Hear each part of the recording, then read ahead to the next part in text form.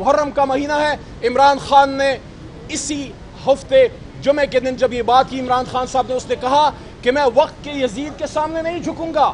عمران خان صاحب نے مجھے کہا کہ بتاؤ آپ پاکستانیوں کو کہ میں یہ کہتا ہوں کہ غلامی کی زندگی سے آزادی کی موت بہتر ہے. پاکستانی عوام کی ایک آواز ہے کہ نہیں، ہمیں یہ نظام قبول نہیں ہے، ہم چینج چاہتے ہیں، ہم تبدیلی چاہتے ہیں. اس لیے ایک غیر سیاسی آدمی جو سسٹم کا آدمی نہیں تھا اس پہ اعتماد کیا، اور وہ آدمی پھر پاکستان کا ایک ایسا لیڈر بنا کہ پہلے لوگ مذاق اڑاتے تھے کہ ایک تانگا پارٹی ہے، اس کے پاس لوگ نہیں ہیں. لیکن خان صاحب نے ثابت کیا کہ اکیلا ہی چلا تھا جانب منزل، مگر لوگ ساتھ آتے گئے اور کارواں بنتا گیا. اور پھر وہ شخص جو 97 میں ہارا، لوگوں نے دیکھا کہ وہ مرد مومن، مرد میدان، جو کبھی کپتان تھا صرف کرکٹ ٹیم کا، اب پوری قوم کا اور پوری امت کا کپتان بننے جا رہا ہے اس راستے پہ کہ جس پہ حضور صلی اللہ علیہ وآلہ وسلم جس کے سپاہ سالار اعظم ہیں.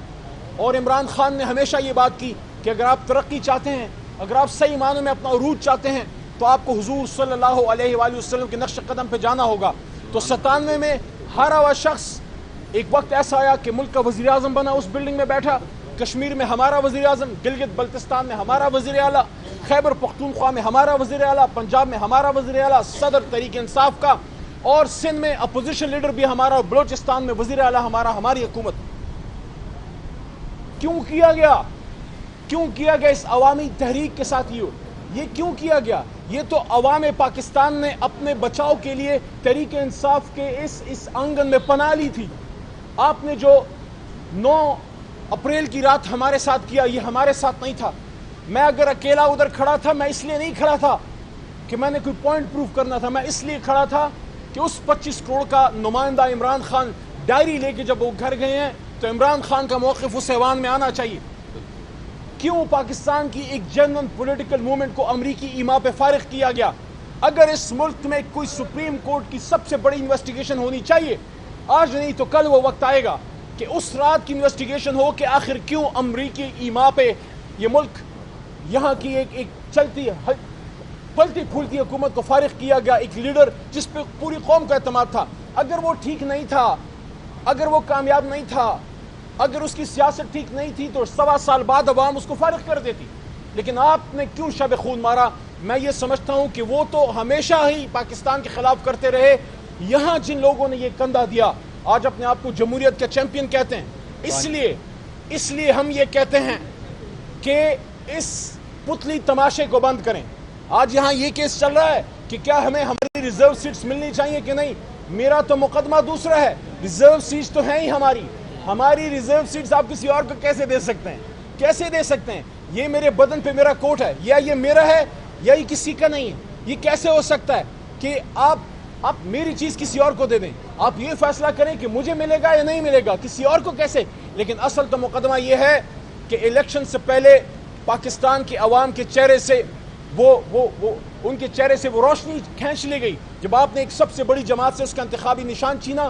مت بولیے کہ اس سے کچھ عرصہ پہلے آپ نے اس جماعت کو توڑا. مت بولیے کہ اس سے کچھ عرصہ پہلے ایک شخص کو اٹھایا گیا، اغوا کیا گیا، تھریٹ کیا گیا، بچوں کی دھمکیاں، کاروبار بند کرنے کی دھمکیاں، گھر توڑے گئے. کیا سب کی آنکھیں بند ہیں؟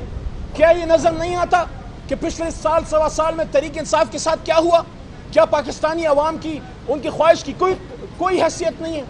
اس کا تو پھر مطلب یہ ہے کہ پاکستان میں مقبولیت معنی نہیں رکھتی. خدا نخواستہ قبولیت اہم چیز ہے. تو اگر یہ ہے تو پھر اس جمہوریت کا جو سارا ہم نے یہ بازار لگایا ہوا ہے اس کو بند کر دیں. اگر عوام کی مرضی سے آپ نے حکومتیں نہیں بنانی اور عوام کی مرضی کو اس ملک پہ لاگو نہیں کرنا تو پھر یہ 50-40 ارب روپے کے الیکشن کے یہ نقصانات کیوں ہم کر رہے ہیں؟ یہ کیوں خرچے کر رہے ہیں؟ آج الیکشن کمیشن سے یہ سوال کرنے میں ہم حق بجانب ہیں کہ آپ نے تحریک انصاف سے اس کا جب انتخابی نشان چھینا، آپ نے اس ملک کے عوام سے ان کا بنیادی حق چھینا. اس لیے ہم آج سپریم کورٹ میں ہیں. ہم توقع رکھتے ہیں کہ ہم سے انصاف ہوگا، ہمیں ہمارا حق ملے گا. عمران خان صاحب نے جو سب سے بڑا کام ہے وہ کر گیا ہے. وہ اس قوم کا، اس کی آنکھیں کھول گیا ہے. جو پردے پڑے ہوئے تھے سب کچھ صاف سامنے نظر آ رہا ہے. اب جیلی نعروں دعووں سے بات نہیں بنے گی، اب عملی کام کرنا پڑے گا.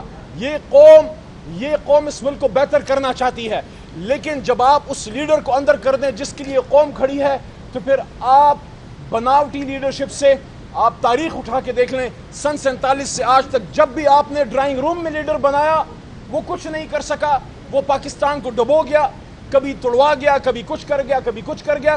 ہاں وہ لیڈر جو پاکستان کے کھیت کھلیانوں میں غریبوں کے ان کے ڈیروں سے، تھڑے سے، نائی کی دکان سے، ایک چائے کے ہوٹل سے، وہاں سے جو رائے بنتی ہے اور وہاں سے پھر جس آدمی کے لیے عوام بسم اللہ پڑھتے ہیں اس پہ اللہ کی برکت آتی ہے۔ اس لیے ہم کہتے ہیں عمران خان صاحب کو اڈیالہ سے نکالیے، اسیران کو نکالیے، یہ جو بچیاں آپ نے جیل میں ڈالی ہوئی ہیں اس قوم کی بیٹیاں ہیں، وہ ماں ہماری ماں ہے ڈاکٹر یاسمین۔ آپ اعجاز چودھری کو نکالیے، پرانا سیاسی ورکر ہے۔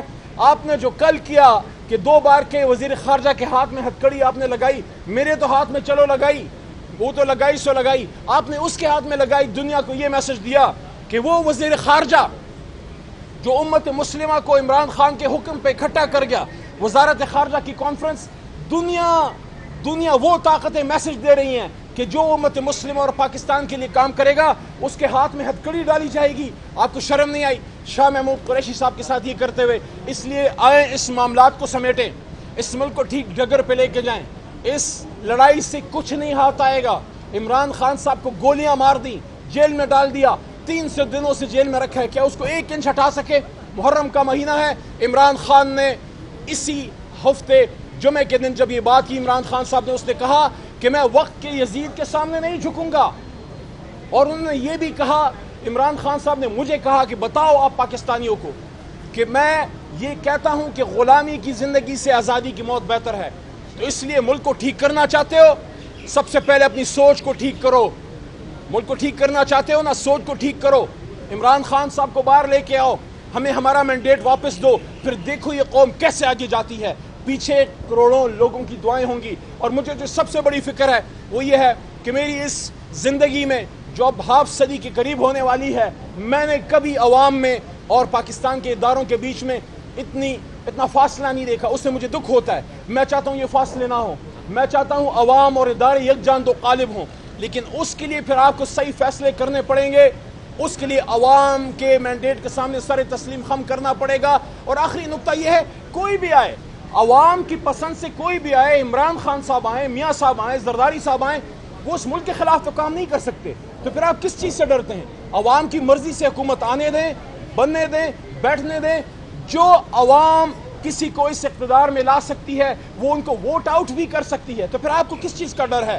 آئیں اس ملک کو بچائیں، ان نفرتوں کو مٹائیں، عمران خان صاحب کو باہر لے کے آئیں، اور یہ جو ریزرو سیٹس ہیں، خدا را ہمارا تو کلچر بھی یہ ہے کہ خواتین کے سر پہ، بچیوں کے سر پہ دوپٹہ رکھا جاتا ہے، ان کو زیادہ خیال کیا جاتا ہے۔ آپ اس پہ مقدمہ ہو رہا ہے کہ کیا خواتین کو ان کا حق دیا جائے یا نہیں۔ دیکھیں، نون لیگ کو ان کا حق مل چکا، پیپل پارٹی کو مل چکا، جمعیت کو مل چکا، تمام جماعتوں کو مل چکا، اب حق ہمارا ہے۔ آپ ہمارا حق، ہماری بچیوں، بیٹیوں کا، خواتین اور مائنورٹیز کا حق ان کو کیسے دے سکتے ہیں؟